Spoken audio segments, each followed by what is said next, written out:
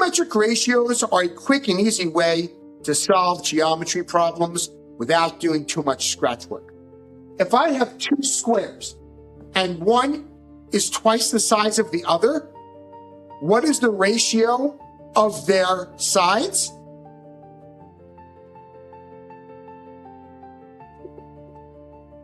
Obviously, 1 to 2.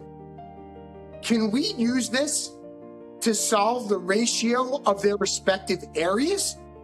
Or what if they're cubes?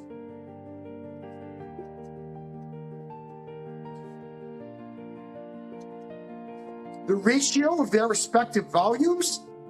What's a quick and easy way to use the ratio that we have of their side lengths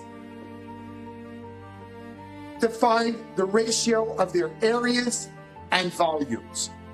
Comment below and we'll show you in the next video.